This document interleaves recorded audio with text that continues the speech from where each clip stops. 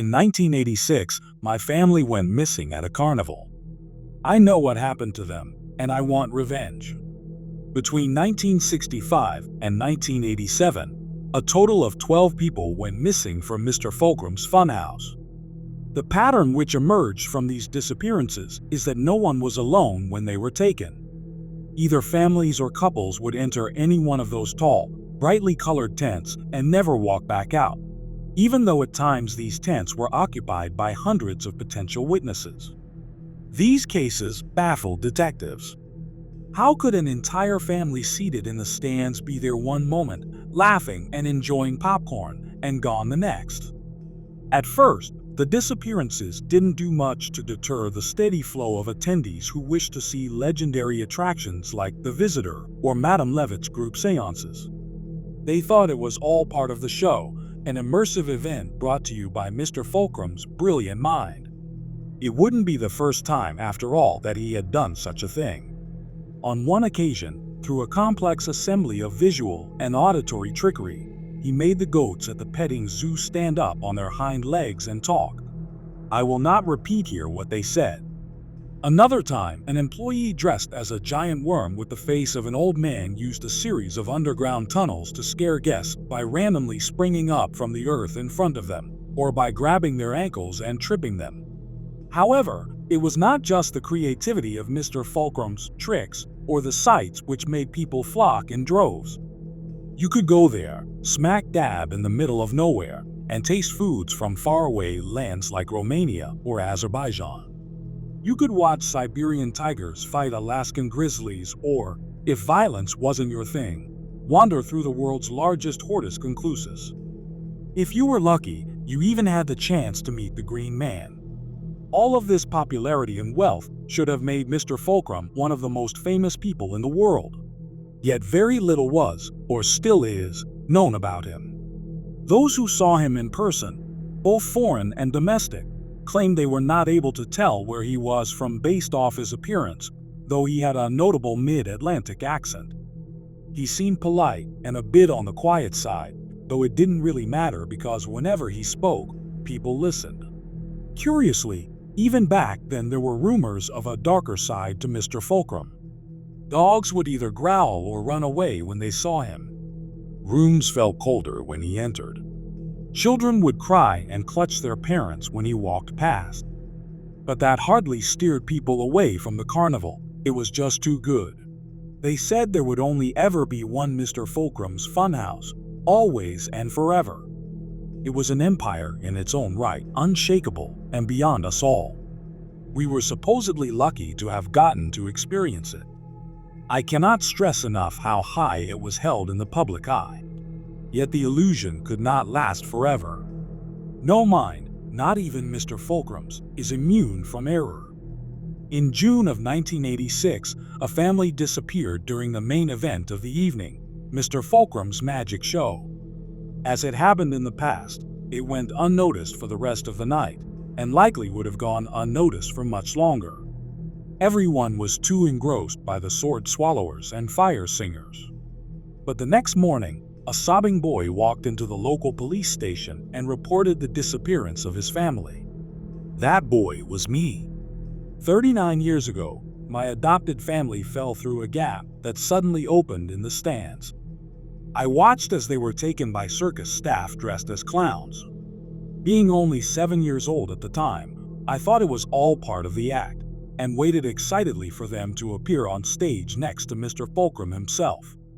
But as the show went on and they didn't show up, I began to grow more and more worried. Then, as part of the final trick of the night, Madame Levitt took the stage next to Mr. Fulcrum, who tipped his hat to her and stepped to the side. She was a gorgeous woman. Thick and glossy black curls tumbled down her bare shoulders as she slowly walked forward, hands stretched to her sides to the cheer of hundreds. Dozens of rings tipped with multiple kinds of precious gemstones shimmered in the firelight conjured by the fire singers, and her fingers twitched and bent in all manner of shapes as she lifted her face to the ceiling and spoke in a voice that didn't sound like it belonged to her body. Then, before us all, she levitated. The audience oohed and awed.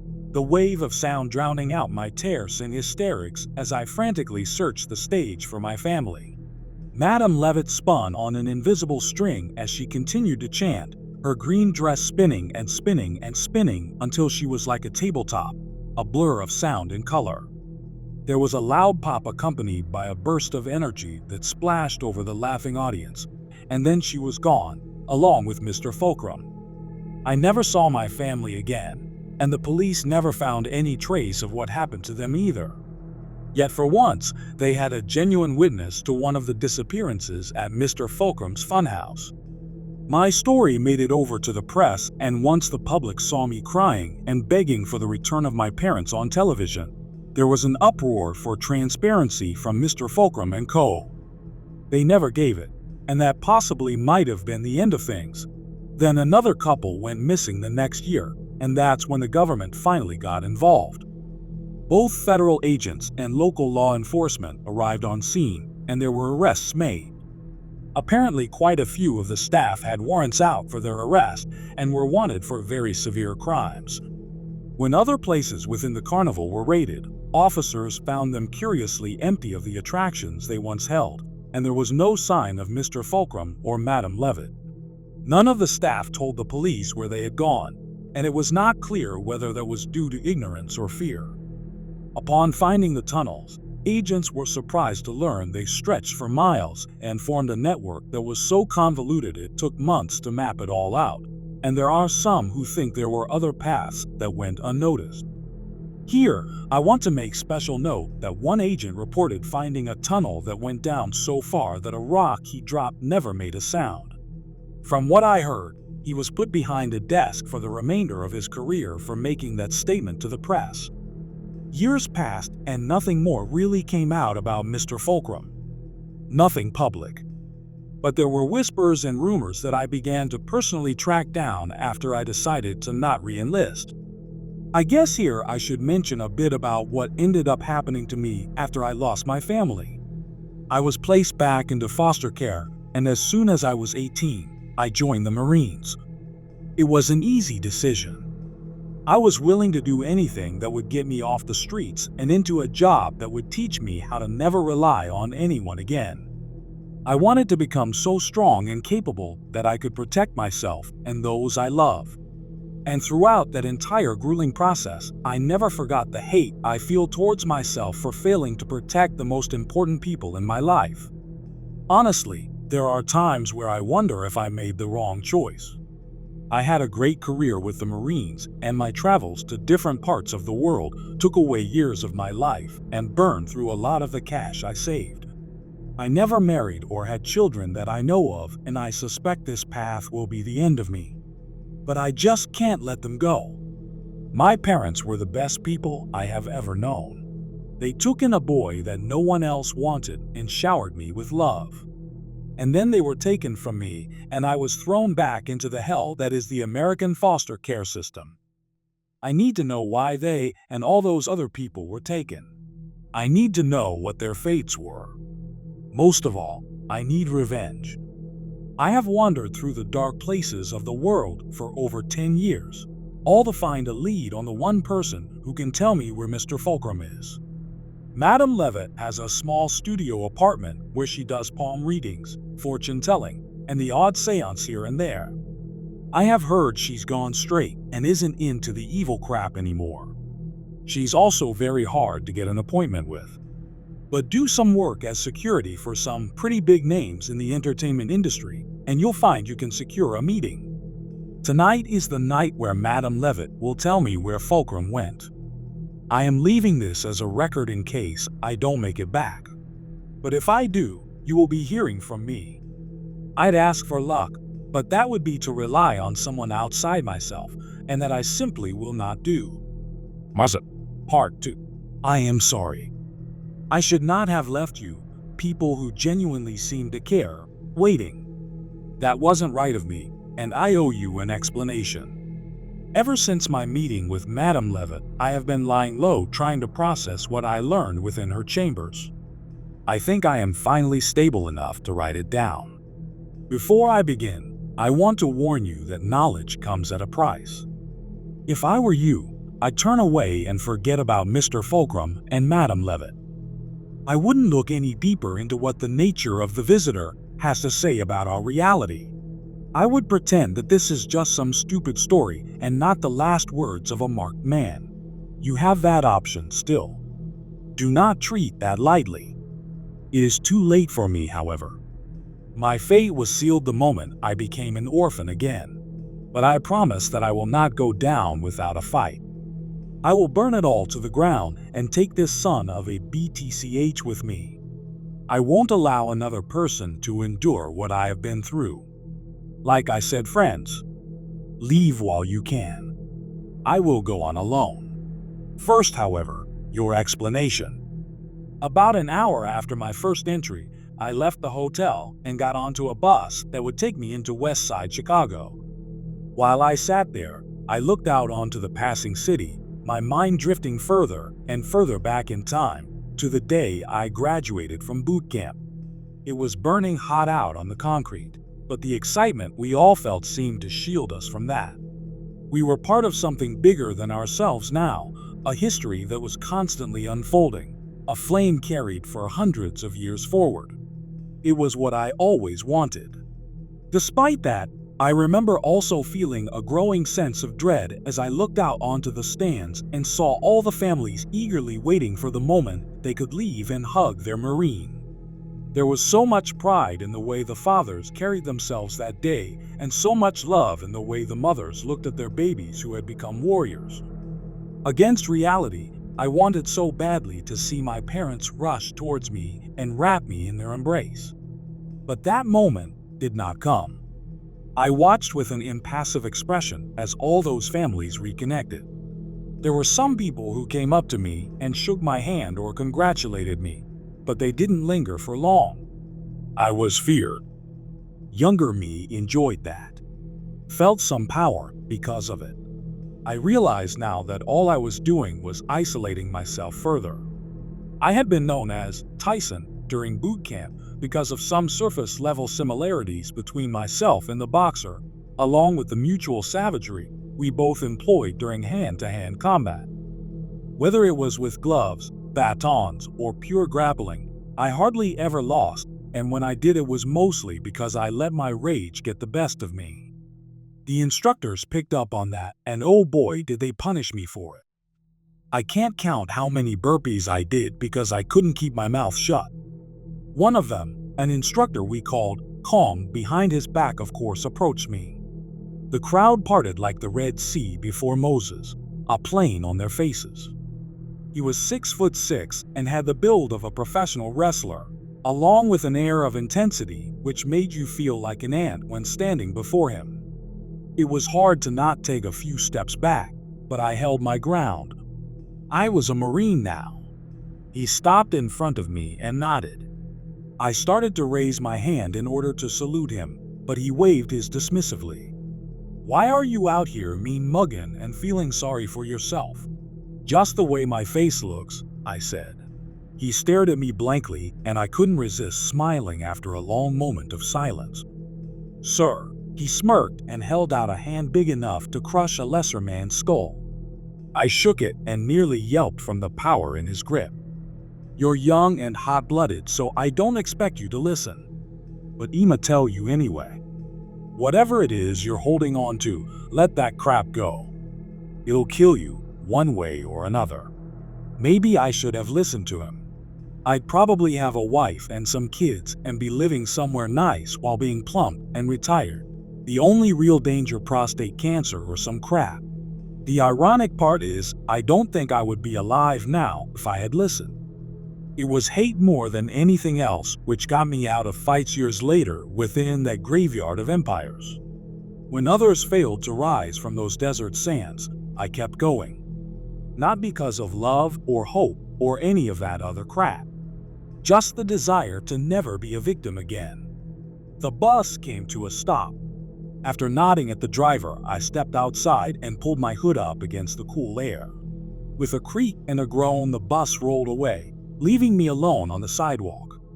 I took stock of my surroundings, looking not just with my eyes, but also by relying on an intuitive sense for danger honed over years spent in hostile environments. Funnily enough, the neighborhood I was in wasn't entirely unlike the ones I wandered through after escaping from foster care. That's how I quickly knew something was deeply wrong about this side of town. There were no cats skulking around or packs of dogs eagerly running up to check out who the newcomer was. In fact, there were no animals at all. Not even birds. As I walked towards Madame Levitt's apartment complex, I peered down various side roads and alleyways and didn't see any homeless folk either. The streets were lifeless, and it wasn't even past 8. The first sign I got that I wasn't completely alone, however, was a light suddenly being shut off from inside one of the apartments after I walked past it. After that, I started to notice if I suddenly looked up at one of the red brick tenements, I could catch blinds suddenly closing or, in a couple of cases, the glimpse of frightened faces peeking from a rooftop. It only made me too aware that I was hardly armed. All I carried was some pepper spray and a knife. I picked up the pace. Madame Levitt's apartment complex was practically abandoned. I saw an empty parking lot, and as I walked upstairs noticed every door was left ajar. From one of the upper landings, I paused to look down at the pool due to some movement I had seen out of the corner of my eye. There was an inflatable lounge chair floating in it. It was stained with blood. I reached the top floor of the building and found myself looking down the length of a yellow hallway with a single flickering light hanging from the ceiling. Faintly, I could hear someone singing, though I couldn't place from where. I steeled myself and pressed forward, reminding myself I had been through worse than this.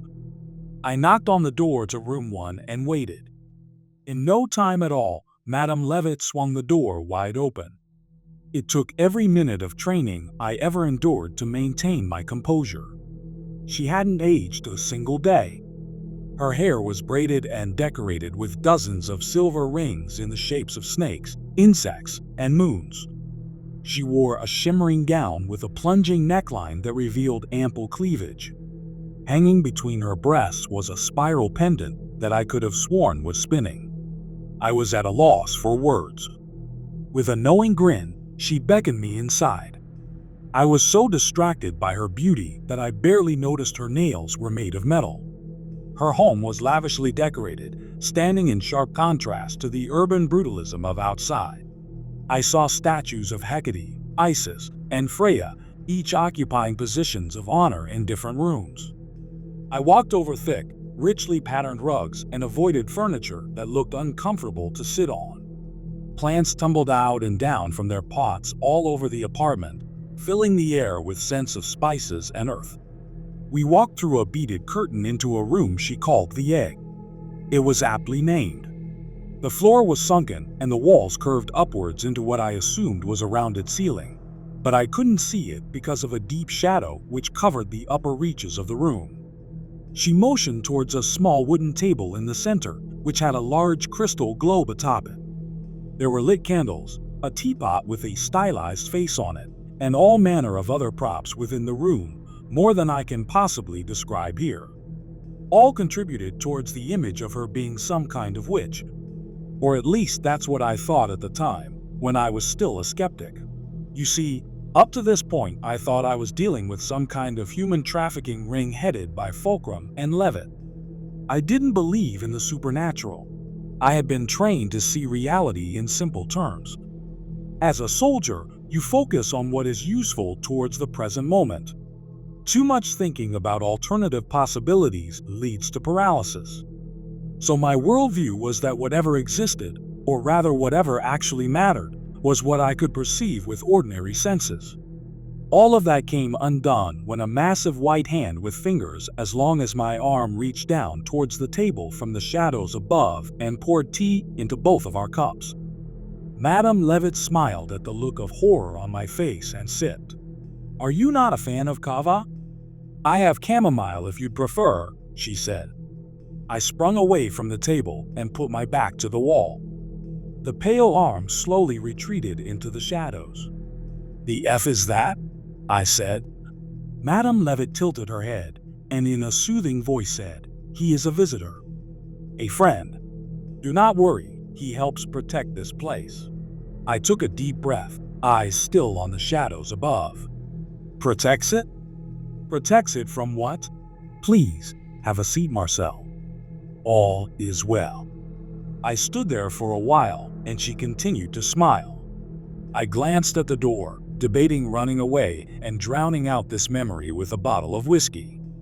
Then I thought of my parents and found my courage again. I returned to the table. What was that? I asked again. I had to grip my hand under the table to keep it from trembling. Is that a question, dear? I froze, recalling the rules my liaison had mentioned to me. Never ask more than 3 questions. That's all the money and time covers. If you ask another, even on accident, you would be required to pay. He told me that cash wouldn't do if it came to that. No, I apologize, I said. Very well, let us begin, she said. Her head suddenly snapped back, eyes rolling until only the white showed, and her jaw unhinged wider than any human's was capable of. Living song tumbled out of her mouth, becoming light and shadow in the room around us. I was frozen in place as men and women from times past, present, and future danced and spun around our table, the room falling away until we were suspended within a void, and they were the only lights surrounding us. Within that deep cold, I could sense unseen things floating past us, bigger than skyscrapers, their minds brushing up against my own, threatening to send me spiraling forevermore into insanity. But I held on like a pit bull to my sense of self, chanting my parents' names within my mind as an anchor until the things drifted past towards distant points of light. 3 questions. Child. I couldn't resist. I had questions pre-planned and thought out over the course of weeks. But within that infinity that wrapped the sensory world in its embrace, I yearned for knowledge of this place. Where are we? A space between the end and the beginning. A bridge your ancestors once traveled before they forgot how. She grew silent, though her expression remained ecstatic. I shook my head. That's no answer. Then be more specific. I gritted my teeth. I couldn't hold on much longer. The more my mind tried to comprehend this place, the quicker I felt it slipping through my fingers. And somewhere, whether it was below or above or everywhere at once, I felt something starting to wake. Where is Mr. Fulcrum? I whispered. There was a brief pause. Then Madame Levitt and the watching spirits screamed, their piercing wails reverberating across the void. Presences shifted within that terrible vastness and approached us rapidly while the glowing crystal orb shifted to the image of a pale white eye filled with an ancient malice. I met its gaze directly with my own and hissed, I see you too. The presences circled us like sharks, ready to feast upon our fear. Then the great hand of the visitor swatted them away and wrapped us within its embrace. When it let go, we were back in the egg. Madame Levitt was face down on the table, barely breathing. Tea had spilled everywhere, and the crystal globe had shattered into 3 thick chunks. Vapor rose from the remains and dissipated into the lingering shadow above. I got up from my seat and noticed the walls were shaking like a train was going past. But the vibrations gradually settled until all was calm once more. You fool, Madame Levitt finally said. She looked up at me, her face suddenly lined and sagging. All of her beauty was gone. You owe me an answer. She wheezed and coughed up a foul-smelling dark liquid onto the table. It sizzled. That I do. But I'd rather risk the consequences of breaking my oaths than to deal with his wrath. Please, child, ask anything else. I slammed my knife into the table. Tell me where he is. Madame Levitt moaned and leaned back in her seat. I can tell you where riches can be found or the secrets of immortality or... I pulled the knife free and started towards her. She threw up her hands and squealed. The tunnels. Damn you. He's in the tunnels. But be wary, he isn't alone. You go to your demise should you try to find him. I squatted down and pointed my blade at her. "How do I kill him?" She cackled then, her eyes wide and mouth dripping with that black goo. "Kill him? Oh, you poor man. You have no idea what forces you're meddling with. Flee now and buy yourself a brief respite before his servants come for you. Answer." The question. Madame Levitt tried to slash at me with her claws, but I was ready. My blade flicked out and cut a finger clean off. I didn't know why, but I felt a powerful urge to take it, so I stashed the finger into my pocket while she howled on the floor. I stopped in the doorway and said over my shoulder, "Once I am done with him, I will be back for you." I moved to leave but didn't make it far before being yanked back by the visitor. I thought it was the end for me there as it pulled me towards the ceiling, but then its other hand lowered. I could see something held there between its index finger and thumb. A golden baton, like the kind they use in track. "Thanks," I said to the shadows. The visitor set me down gently, and with a nudge pushed me out of the egg. I made it out of the complex unscathed, though Madame Levitt's screams followed me for blocks. I had no idea how I was going to kill Mr. Fulcrum, but at least I knew where he was. It appeared the agents had missed their target in those tunnels. I won't. Part 3. Monoliths pregnant with water and fury flickered upon the distant horizon. They drifted slowly, inevitably, covering the earth in shadow. The fear on the flight was palpable, made worse by the sounds of babies crying and first-time flyers yelping every time the plane shook. It was nearly enough to distract me from a distant point by the foothills, where what remained of Mr. Fulcrum's funhouse gathered dust within the mountain shade. Nearly. The airplane rocked violently again, sending up a fresh wave of screams. The stewardess and her team valiantly tried to calm the passengers down, but I could tell by the rising pitch in their voices that they were worried too. This storm was set to be epic in proportion, one of the most powerful ones in recent decades. My eyes drifted as I tried to blink away outlines of light that shimmered around others, but it looked like my perception was permanently effed. When I focused, it helped reduce the brightness of their aura, but then I could perceive beyond the surface to a person's very core. In that deep place was a nexus of energy, an interplay of the purest white light and shadow. Some had greater concentrations of one over the other, yet there was not a single person, no matter how good, who didn't have a bit of shadow. There was also not a single person, no matter how bad, who didn't have a star burning in the center of all that hurt. You might be wondering whether I was able to see my own deep nature, and the answer is no. Even if I could, I would not want to. You probably think that I am a good man because I have a noble cause, but the reality is I have done a whole lot of bad in my life, and there are times where I feel like the world would be better off if I wasn't in it. The only thing I've ever been good at is killing. Destroying. That's weak crap. It's harder to be patient and build something. It made me wonder how these folks would react if somehow, someway, this plane slipped into the void.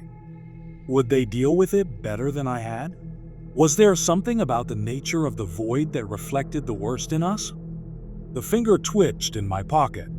I growled and gave it a nice swat. It had been doing that ever since I left Chicago. I sighed, more than a little irritated, and turned back to the window. Pressed up against it was the sagging face of a frog-like being with saucer-sized eyes that glowed like lanterns.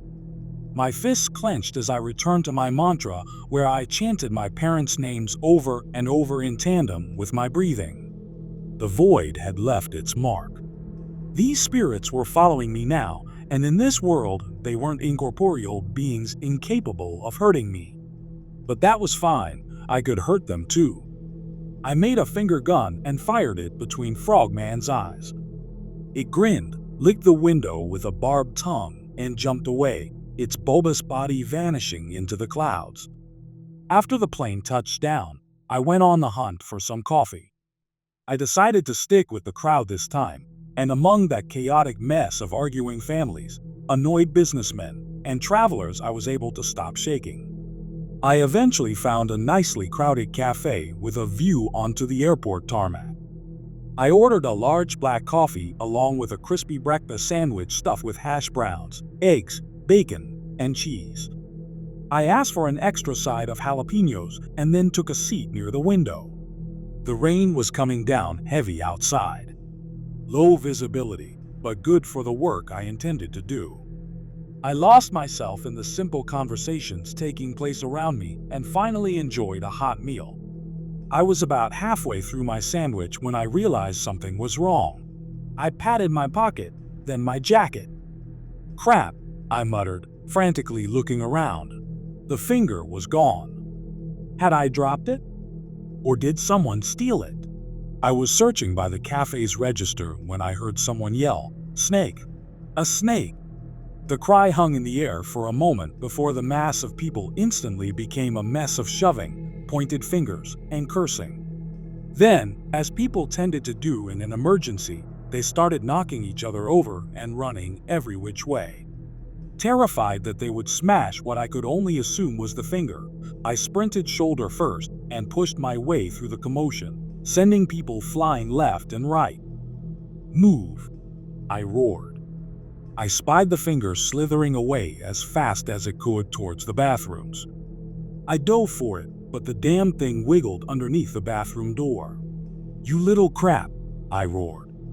I kicked the door open and stepped right into a puddle of water. The entire bathroom was flooded. Through flickering lights, I saw the finger floating by the stalls. It had gone rigid. I pressed forward through water levels nearly knee-height. I couldn't see or hear a source of the flooding. The sinks were off, and I didn't think a toilet could be responsible for all the water. I grimaced before leaning over to scoop it up. "More trouble than you're worth," I said after giving it a few shakes and zipping it up tight in my pocket. I was stumbling back towards the exit when a great mass moved impossibly beneath my feet, as if rising from the ocean depths. It glided smoothly through the water, circling around me first before swimming around the corner. The lights overhead flickered faster until I was only seeing snapshots of the bathroom. I listened and heard something breach the surface, followed by wet plopping sounds. Ribbit, ribbit. Webbed hands wrapped around the corner as a body meant for crushing pressure came into view. Its veined pot belly sagged to its knees, yet the legs and shoulders were heavy with muscle. Big red eyes pointing in different directions suddenly focused on me. "What do you have there?" he croaked. A long barbed tongue slid out of his rubbery mouth and tasted the water. His eyes gleamed. Such power contained within that salt flesh. I raised my jaw and rolled my shoulders. "You ain't got the right kind of heart for this fight, Frogman." He took a step forward. The sheer power of his webbed foot hitting the tile caused the walls to crack. He blew green mucus from his orifices and laughed. "I taste your fear, ape." I was afraid. He had trapped me in a kill box, and I would not be able to take him down with just my hands and feet. I searched for something, anything that I could use to kill him with, and all the while the water continued to rise. More demons were coming with it. "What is it y'all want?" "The finger? Keep the finger. I care not for it. But you burned so bright that I could see you from the chasm. Once I consume you, I will have your spirit forever." That can be a powerful tool, especially when one is already claimed by a god, he chortled. He suddenly leaped towards me, his thick arms outstretched and pink tongue shooting out. I dove beneath the waves and kicked towards the exit.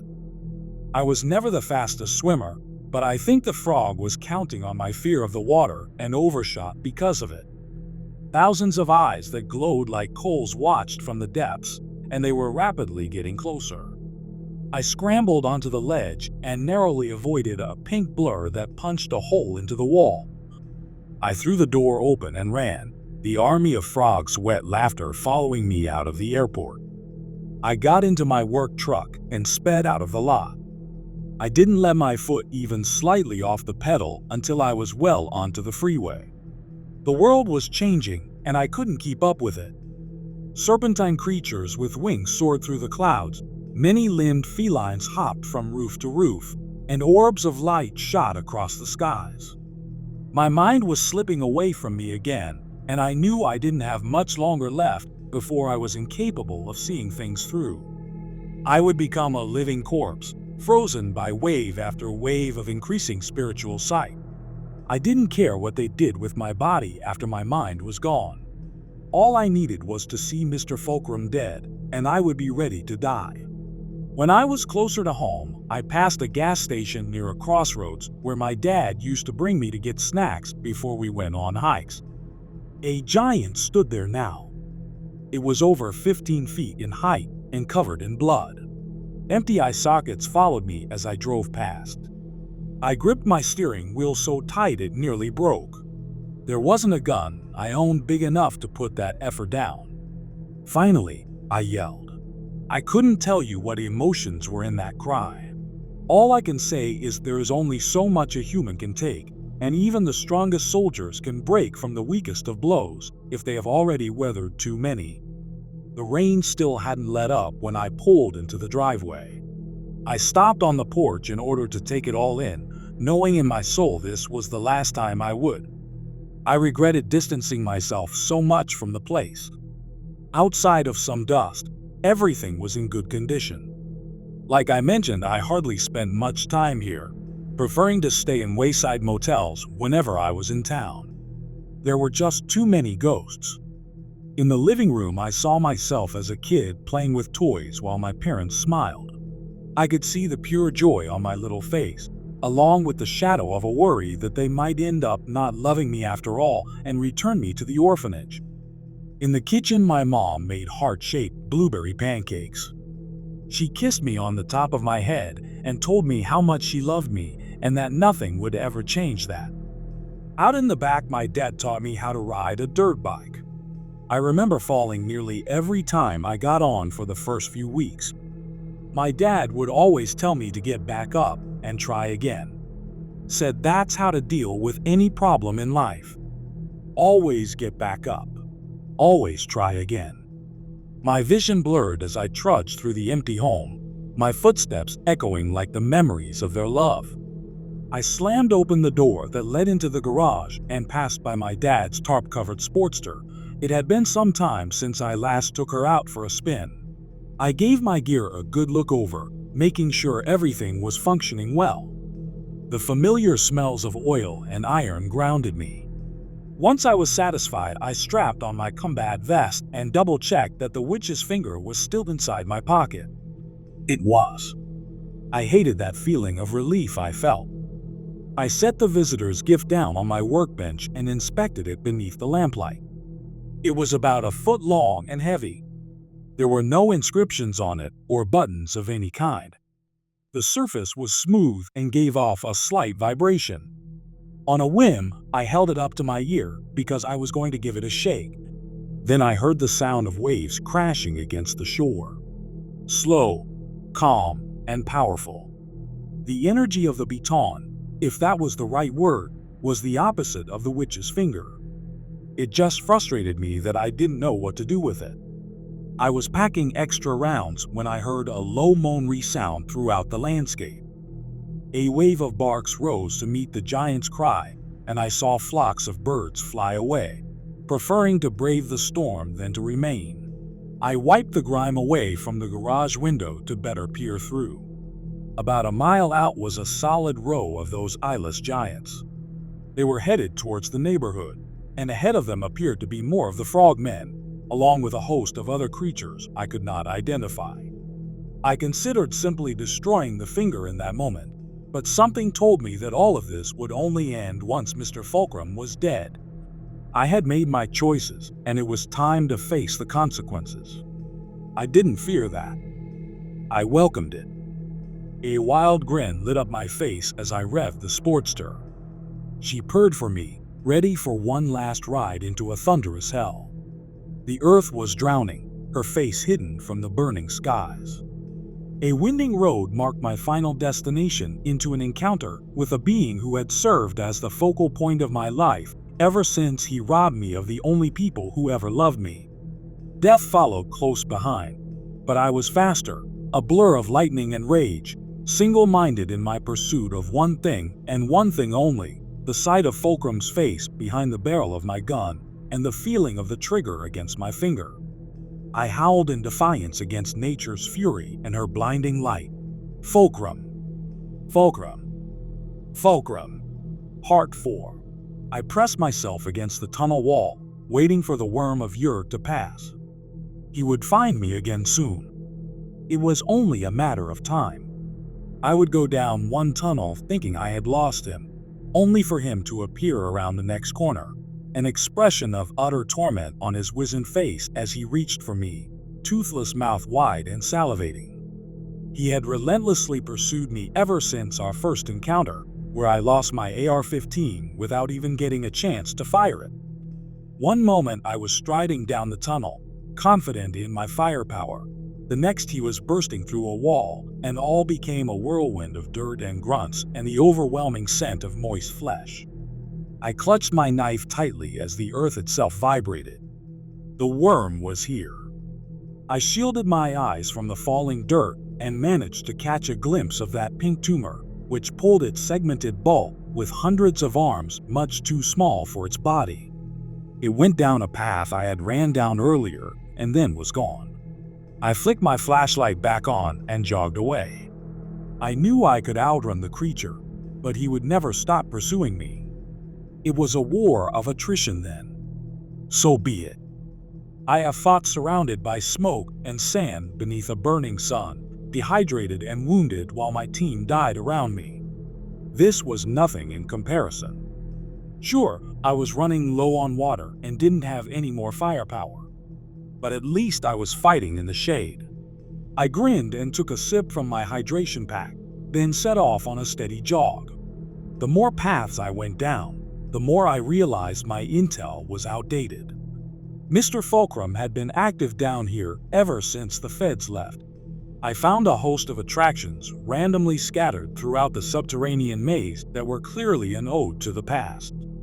In one section I found a large playground filled with oversized teddy bears at play. They were frozen in time on the swings, slides, and monkey bars. I didn't care for how lifelike their eyes were. In deeper sections of the playground, I saw scenes of these teddy bears bullying each other behind the big toys, in some cases going so far as to be outright killing each other. A gold bear pulled the button eyes free from a smaller brown bear. A blue bear with leather pants shanked another while a group of other bears watched. Red cotton tumbled out of the wound and onto the wood chips. I saw even worse scenes as I picked my way through. I will spare you all the details. I spray painted a mark near the next exit to remind myself I had been this way already and left. The new tunnel led me to a hallway covered with mirrors. I stumbled through, no longer able to tell where I was. Image and reality became a blur. My eyes could no longer reliably tell how far or near anything was. I think I lost about an hour in there, and likely would have stayed longer had it not been for the worm's appearance on the far end. "Marcel," he moaned. "Complete me, Marcel." I shook myself free from the illusion and started to shatter mirrors with my flashlight. The worm flopped forward, his wispy beard trailing on the ground. I broke another mirror only to find that it was a doorway through a narrow corridor. I dived through right in time to avoid the worm's sudden leap towards me. He roared and reached through, his little hands unsuccessfully grasping for me. "F you," I spat. The worm wobbled back and then threw himself against the wall. It was like a bomb went off. A huge crack opened in the stone. He did it again. The crack got bigger. "You would feel so good in my belly, Marcel," he gurgled. I picked up the pace and fought down my panic as the rocks pressed against my body, forcing me to twist and contort. I hated small spaces like this. It reminded me too much of the closet my foster mother would throw me into as punishment. The path through the wall split off into 3 different directions. I ran straight down the middle. A bad idea. It took me to another dead end, but not an empty one. Here there was a concession stand that had bagged popcorn, bottled water, and different candies. It all looked fresh too. Manning the register was a blue-gray Furby with light brown eyes. At that point, I would have liked nothing more than to grab a bag of those peanut M&Ms. Instead, I punched the Furby, sending it flying. I was hungry, but not stupid enough to fall for obvious bait. Fearing that the worm was picking up on my tagging system, I stopped spray painting the walls and followed pure intuition for some time. It seemed to work because after going through tunnel after tunnel for hours, I hadn't heard or seen the worm. Exhausted after running for so long, I decided to take cover by a carousel. It was the only protection within the wide cavern I now found myself in. I drank the last of my water and had some jerky. It had been over 6 hours since I first entered the tunnels. I closed my eyes briefly, but when I opened them, I found that 2 hours had passed. "Damn it," I whispered. It was a miracle that the worm hadn't found me dozing. Rolling my shoulders and stretching, I stood, only to notice that the carousel was moving. Goats! Goats were riding the carousel. Goats with intelligent eyes, and there were a dozen of them. Worse yet were their seats.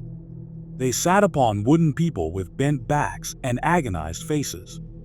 I pointed my knife their way and settled in a combat stance, ready to start dropping the F's left and right. They didn't move. They were content to watch me while riding their wooden steeds. I walked backwards and didn't stop until I collided with a wet mass of sweating worm flesh. "You won't be needing that," the worm said. He grabbed me by the knife arm and threw me up into the air. I shouted, flying higher and higher as my stomach did backflips. In the darkness, I reached for something, anything, and then my hands closed around a huge stalactite. The goats hopped from the carousel over to the worm. They formed a circle around the creature and began to dance hoof and hoof, their harsh laughter floating up to me. "Let go, Marcel. You only delay the inevitable. And would it not be better for you to no longer be so alone? To be in me, always?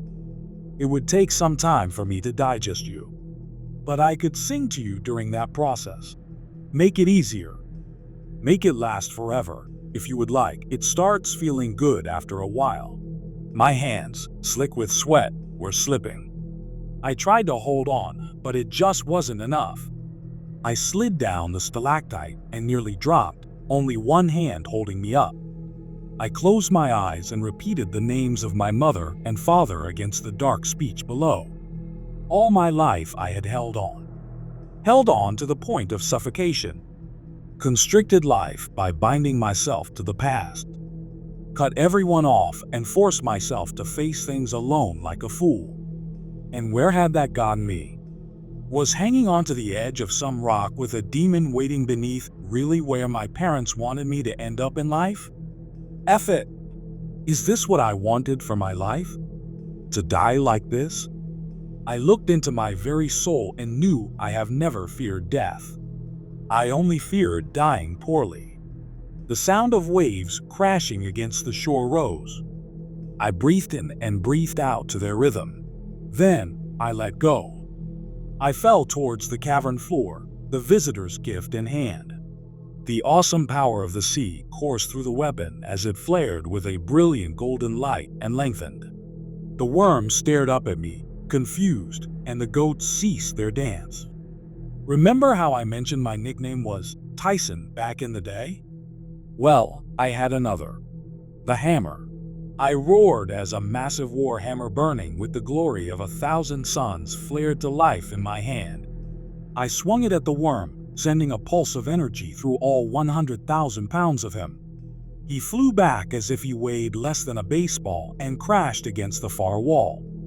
Halos of flame and something more twisted about my body, energizing me with a power that I had never known before. I slammed the warhammer against the floor and roared again. The worm slowly rose and unraveled to its full height. It swayed on the tip of its tail, the many faces which ran along the length of its body howling. I realized that the worm flesh was burning and peeling off. You have been claimed already, Marcel, he rasped. I will not quarrel with you any longer. I will burn this place down with you in it, no matter how far you dig, worm. The worm took one last glance at me before diving into the earth. There are worse things than death, Marcel. After he was gone, the warhammer deactivated. I stared at the smooth cylinder for a while, yearning for the power to return. But I couldn't force it. I got the sense that it was more of a companion than a tool. I gathered myself once more and continued on, this time with the knowledge that I was hunter, not prey. I felt powerful. Invincible. How does that old verse go? Pride comes before destruction, or something like that. As it turned out, the worm was right. There are worse things than death. You see, I had forgotten about something. But it did not forget about me. So, while I slept, it crept out of my pocket, went up my torso, and paused right before my nostril. Then it dug in, swam right up my nasal passage. Around then was when I woke, but it was already too late. The finger seemed to cackle before it pierced my brain. I screamed. White-hot pain coursed throughout my body, causing my tendons to vibrate like plucked guitar strings and my bones to shake. Something came alive within my skull and shifted, exploring around before deciding that this was the right place. Then, it split.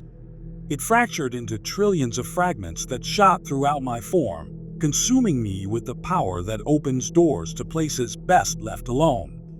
This power was not my friend. It was cold shadow, alive in its own right, eager to commune and speak with the voices of the dead. I opened my eyes and saw that I had carved furrows into solid rock with just my hands.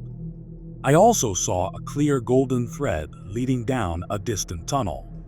I followed it back to the cavern where I fought the worm. There I perceived after images of myself, the worm, and the goats alternating along various paths. On some, the goats and I defeated the worm. Along others, I was the worm and someone else. A youth with light brown hair and gray eyes was facing me, sadness plain on his face. I knew I could spend a lifetime watching the minutiae of destiny, but I had to get going.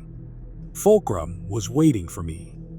I hope you guys liked this video. If you did, make sure like, comment, share, and subscribe the channel Mark Stories.